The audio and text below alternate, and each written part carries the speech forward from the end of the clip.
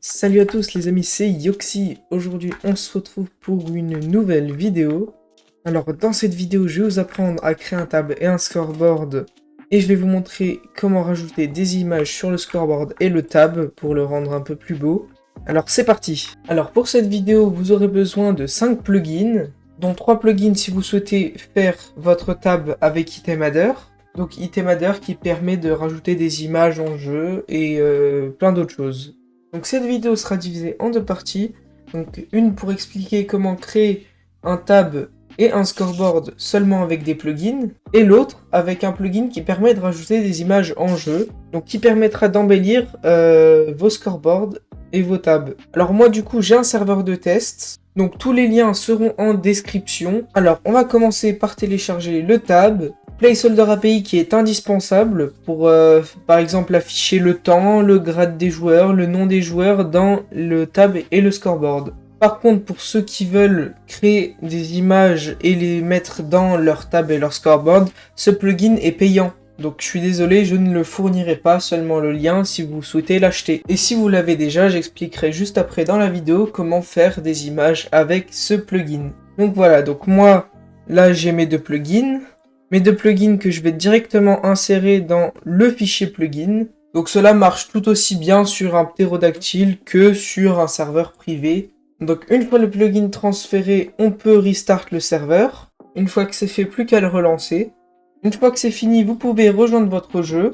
Une fois que c'est fini, vous pourrez rejoindre votre serveur. Et vous voyez, il y a déjà un tab par défaut. Sauf que ce tab est vraiment ignoble, donc on va le modifier et je vais vous montrer comment faire ça. C'est parti.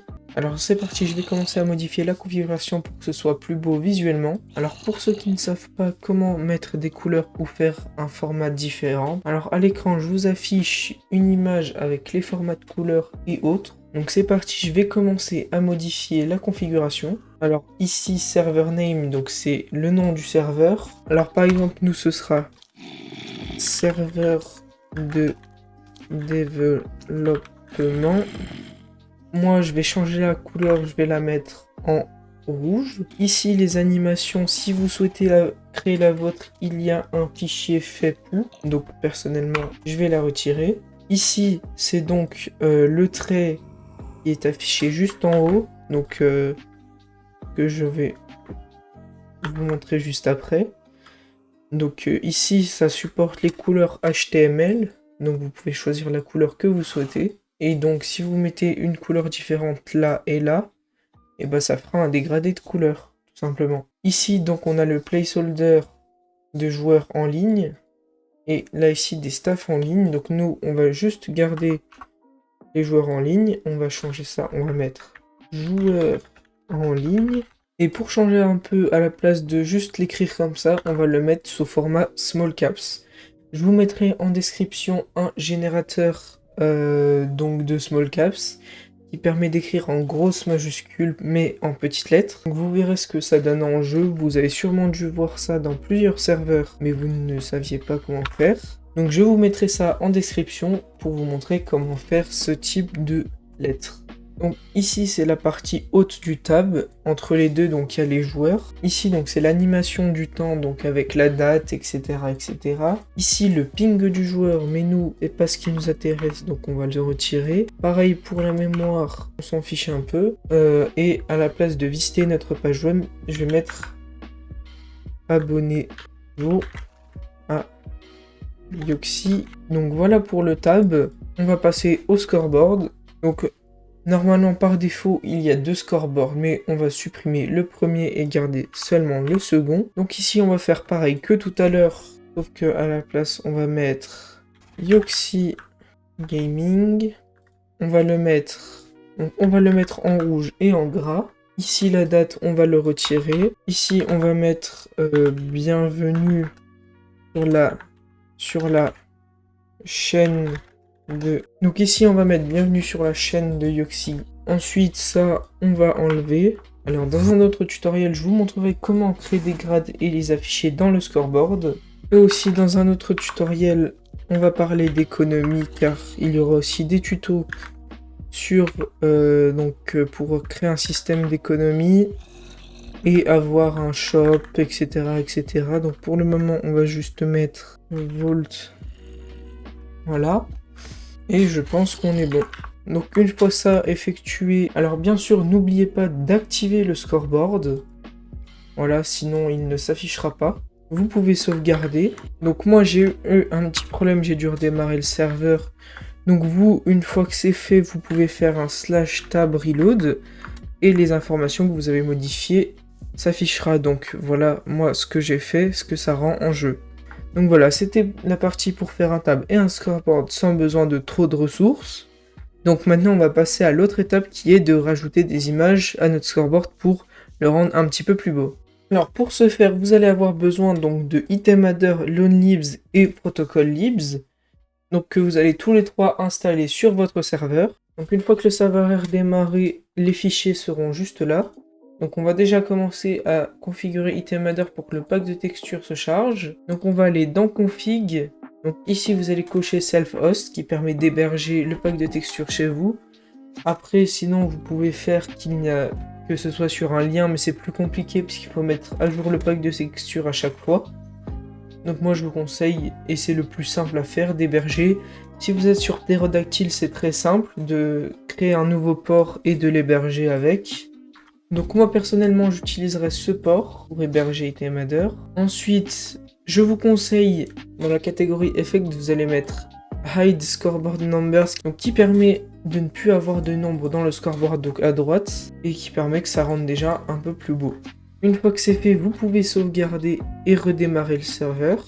Une fois que le serveur est redémarré, vous allez aller dans le fichier Item Adder, dans le fichier Content, et vous allez créer un nouveau fichier. Pour ma part, je vais l'appeler Image. Donc dans ce fichier, vous allez créer deux autres fichiers, un qui s'appellera config avec un S et l'autre qui s'appellera texture. Dans ce fichier texture, vous allez y déposer votre image, mais attention, elle ne doit pas dépasser la taille 256 par 256, car sinon le serveur va pas reconnaître l'image car elle est trop grande pour lui. Une fois que l'image est déposée, vous allez aller dans config. Dans config, vous allez créer un nouveau fichier de configuration. Donc moi personnellement, je l'appellerai image aussi. Une fois que c'est fait, vous allez copier ce que je vous ai mis en description dans le fichier image.txt. Donc après, on renommera le fichier image.txt par image.yml. YML qui est le format de fichier de configuration pour les plugins. Donc ici, je vais vous expliquer un peu ce qui se passe. Donc ici, c'est le nom de notre image. Nous, en l'occurrence, c'est logo. Donc ShowInGUI, ça permet de l'afficher donc dans le menu des images que je vous montrerai juste après. Suggest command, c'est par exemple quand on mettra deux points logo, ça va nous le proposer directement, et quand on fera tab, bah, ça va nous le mettre. Cette commande permet de dire à quel endroit ou quel nom. Par exemple, je sais pas, si par exemple dans notre fichier texture on a une sous-catégorie de texture, et bah on peut mettre sous cette forme, par exemple, on va dire, donc on peut mettre sous ce format là, c'est un exemple, hein, ne recopiez pas ça. On peut mettre sous cette forme, si on a un dossier avant l'image, on peut mettre sous cette forme. Sinon, si vous l'avez directement à la racine de texture, vous laissez ça comme ça. Quel ratio, donc ce sera la taille de l'image en jeu, et Y position, ce sera la taille pour la réguler, donc si elle est plus en haut ou plus en bas. Donc en général, c'est réglé sur 8 et 64, donc c'est ce qui sera en description. Donc si vous voulez modifier, je vous conseille de faire juste un copier-coller de ça, mais faites bien attention en copiant de bien laisser les bons espaces et de bien changer le nom ici, par exemple logo 1 et le nom du fichier en question. Enfin bref, nous c'est pas pour ça qu'on est là. Une fois que tout ça c'est fait et que c'est ok, vous pouvez l'enregistrer sous, alors en général, vu que vous êtes la plupart sur Pterodactyl, vous pouvez directement, quand vous créez un fichier, le mettre sous YML. En revanche, nous, on l'a ici. Ou alors, ce que vous pouvez faire, vous le mettez en all file et vous pouvez mettre .yml. Voilà, donc vous voyez, ça change les couleurs parce que c'est un autre format. Une fois que c'est fait, si vous avez fait ma méthode pour créer un nouveau fichier YML, veillez bien à supprimer le fichier en .txt. Donc voilà, retour en jeu. Une fois que tout ça est fait, vous pouvez effectuer un /iazip qui va permettre de rafraîchir le pack de texture. Et si cela ne fonctionne pas bien, vous pouvez directement quitter et revenir. Et par exemple maintenant, Donc voilà, quand on effectue un /E, on voit que le logo apparaît, mais là il est trop grand. Donc là en l'occurrence, je vais modifier sa taille et quand ce sera bon, on se retrouve juste après. Donc voilà, après 2-3 tentatives, le logo a une assez bonne taille. Donc maintenant, je vais vous montrer comment l'intégrer sur le scoreboard et le tab. C'est parti! Donc de retour sur le fichier de configuration de scoreboard et de tab. Alors nous en l'occurrence, on va l'utiliser sous format de placeholder. Donc ce sera 2% img du bas le nom de l'image, donc nous ce sera logo. Ou alors vous pouvez directement utiliser la variable .logo.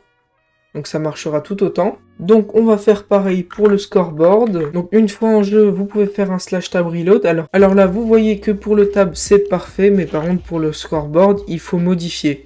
Ce que je vous ai montré tout à l'heure, on va le remonter. Donc retour au fichier de configuration de l'image. Donc là, par exemple, on va mettre un petit 20, un petit 30. On va mettre un petit 30. On va voir ce que ça donne en jeu.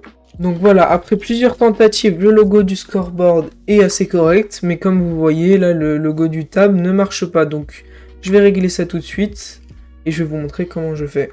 Donc voilà, c'est très simple. Vous avez juste à le décaler en dessous. Et au fait, n'oubliez pas de le mettre en blanc, parce que si vous avez un format de couleur juste avant, ça va faire absolument n'importe quoi. Donc on sauvegarde. Donc une fois en jeu, on peut effectuer un /tab reload. Et voilà, on a notre logo dans notre tab et notre scoreboard. J'espère que ce tuto vous aura plu et si vous avez des questions, n'hésitez pas à me les poser en commentaire. N'hésitez pas à vous abonner, activer la cloche et mettre un pouce bleu, ça me fait super plaisir et ça me soutient énormément. Voilà, donc j'ai débuté les vidéos il y a très peu de temps. Encore merci d'avoir suivi la vidéo. C'était Yoxi. Ciao tout le monde.